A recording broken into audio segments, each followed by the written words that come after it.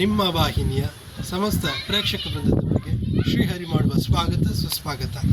ಆತ್ಮೀಯರೇ, ನಿನ್ನೆ ತಾನೇ ಈ ಮಾಸದ ಶ್ರಾವಣ ಮಾಸದ ಶನಿವಾರ ಆಗಿ ಶ್ರಾವಣ ಶನಿವಾರ ಅಂತ ಆಚರಿಸಿ ದೇಶಾದ್ಯಂತ 80ನೇ ವರ್ಷದ ರಾಷ್ಟ್ರೀಯ ಹಬ್ಬ ಅಂತಂದರೆ ನಮ್ಮ ಸ್ವತಂತ್ರ ದಿನಾಚರಣೆಯನ್ನು ಆಚರಿಸಿ ಸಂಭ್ರಮಪಟ್ಟಿದ್ದೇವೆ.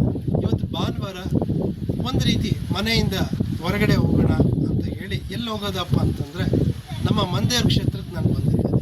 ಹೌದು, ನಮ್ಮ ಮಂದೇವರು ಅಂತಂತಂದರೆ ನಾಗಮಂಗಲದಲ್ಲಿ ಇರುವಂಥಕ್ಕಂಥ ಕೋಟೆಬೆಟ್ಟ ಶ್ರೀನಿವಾಸ ನಮ್ಮ ಮನೆಯವರು.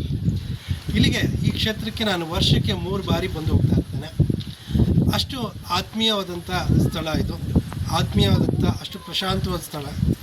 ಈ ಬೆಟ್ಟ ತಪ್ಪಲಲ್ಲಿ ದೊಡ್ಡ ಕೆರೆ ಇದೆ, 2 ಬೆಟ್ಟ ಇದೆ. ಈ ಕಡೆ ಶ್ರೀನಿವಾಸ ದೇವರ ಬೆಟ್ಟ, ಇನ್ನು ಈ ರಸ್ತೆಯ ಈ ಕಡೆ ತುದಿಗೆ ನರಸಿಂಹದೇವ್ರ ಬೆಟ್ಟ ಇದೆ. ಈ ಸ್ಥಳಕ್ಕೆ ಹೇಗೆ ಬರಬೇಕು ಅಂತಂದರೆ, ಮೈಸೂರಿನಿಂದ ಬರೋದಾದರೆ ಶ್ರೀರಂಗಪಟ್ಟಣ ಬಂದು ಅಲ್ಲಿ ಬೆಂಗಳೂರು ಮುಖ್ಯ ರಸ್ತೆ ಕಟ್ಟೋಡಿದೆ,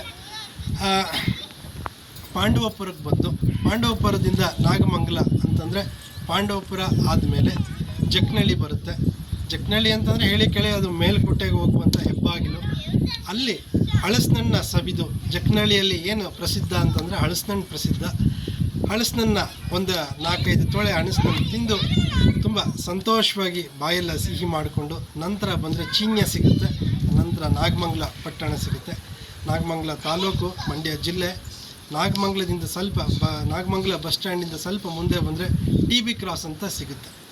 ಆ TB ಕ್ರಾಸ್ನಲ್ಲಿ ನೀವು ಬಲಕ್ಕೆ 5 ಕಿಲೋಮೀಟರ್ ಪ್ರಯಾಣ ಬೆಳೆಸಿದ್ರೆ ಈ ಅದ್ಭುತವಾದಂಥ ನಮ್ಮನೆ ಮಂದೇವ್ರು ನೆಲೆಸಿರುವಂತಕ್ಕಂಥ ಸಾಲಾದ್ರಿ ಅಂತ ಕರೀತಾರೆ ಈ ಕ್ಷೇತ್ರನ. ಅಂದರೆ ಸಾಲು ಬೆಟ್ಟ ಗುಡ್ಡಗಳು ಇರುವಂಥ ಸ್ಥಳ ಸಾಲಾದ್ರಿ, ಈ ವೆಂಕಟರಮಣ ಕ್ಷೇತ್ರ ಸಿಗುತ್ತೆ. ಅದೇ TB ಕ್ರಾಸಿಂದ ನೀವು ಎಡಕ್ಕೆ 18 ಕಿಲೋಮೀಟರ್ ಕ್ರಮಿಸಿದರೆ ಬಿಂಡಿಗಿನವಿಲೆ ಅಂತ ಸ್ಥಳ ಸಿಗುತ್ತೆ. ಬಿಂಡಿಗಿನವಿಲೆ ಪ್ರಸಿದ್ಧವಾದ ದೇವಾಲಯ, ಎಲ್ಲೂ ಇಲ್ಲ, ಅದ್ಭುತವಾದಂಥ ದೇವಾಲಯ. ಏನು ಅದ್ಭುತ ಅಂತ ಕೇಳ್ತೀರಾ? ಹೌದು, ಗರುಡ ದೇವರೇ ಪ್ರಮುಖ ದೇವರಾಗಿ ನಿಲ್ಲಿಸುವಂತಕ್ಕಂಥ ತಾಣ ಅದು ಬಿಂಡಿಗಿನವಿಲೆ. ಅದು ಶ್ರೀಗಂಧದ ಮರದಿಂದ ಮಾಡಿರುವಂಥ ಗರುಡ ದೇವರು ಅಲ್ಲಿ ಕಾಣಕ್ಕೆ ಸಿಗುತ್ತೆ. ಬಿಂಡಿಗಿನವಿಲೆಗೆ ಈ ಕಡೆ ಬಂದರೆ ಬಿಂಡಿಗಿನವಿಲೆಗೆ ಹೋಗೋದನ್ನು ಮರಿಬೇಡಿ. ಈ ಕಡೆ ಬಂದಾಗ ನಮ್ಮ ಮಂದೇವರು ಈ ಒಂದು ಕೋಟೆಬೆಟ್ಟ ಶ್ರೀನಿವಾಸಕ್ಕೆ ಸ್ಥಳಕ್ಕೆ ಬಂದಾಗ ಸುತ್ತ ಒಂದು ಕೆರೆ ಕಾಣುತ್ತೆ. ಈ ಕೆರೆ ಹಿಂಭಾಗಕ್ಕೆ ಒಂದು ರಸ್ತೆ ಇದೆ. ಇಲ್ಲಿಂದ ಒಂದು 20 ಕಿಲೋಮೀಟರ್ ಕ್ರಮಿಸಿದ್ರೆ ಮಾರ್ಕೋನಹಳ್ಳಿ ಡ್ಯಾಮ್ ಸಿಗುತ್ತೆ. ಮಾರ್ಕೋನಹಳ್ಳಿ ಜಲಾಶಯ ಅದ್ಭುತವಾದಂಥ ಇಂಜಿನಿಯರಿಂಗಿಂದ ಕೈ ಬೀಸಿ ಕರೆಯುವಂಥ ಅಣೆಕಟ್ಟದು. ಅಲ್ಲಿಂದ ಹಿಂಗೆ ಸ್ವಲ್ಪ ಮುಂದೆ ಹೋದರೆ ಬೆಂಗಳೂರು ತಲುಪ್ಬೋದು, ಬಿಡದಿ ಬೆಂಗಳೂರು ತಲುಪ್ಬೋದು. ಈ ಕಡೆಯಿಂದನೂ ಬೆಂಗಳೂರಿಗೆ ಹೋಗ್ಬೋದು. ನಾನಿವತ್ತು ಮೋಜು ಮಸ್ತಿ ಮಾಡಲಿಕ್ಕೆ ಸ್ವಲ್ಪ ವಿಶ್ರಾಂತವಾಗಿ ಪಡೆಯೋಕ್ಕೆ ಈ ಒಂದು ನಮ್ಮ ಮಂದೇವ್ರ ಕ್ಷೇತ್ರಕ್ಕೆ ಬಂದಿದ್ದೇನೆ ಅಂತ ಹೇಳ್ತಾ ಎಲ್ಲರಿಗೂ ನಮಸ್ಕಾರ.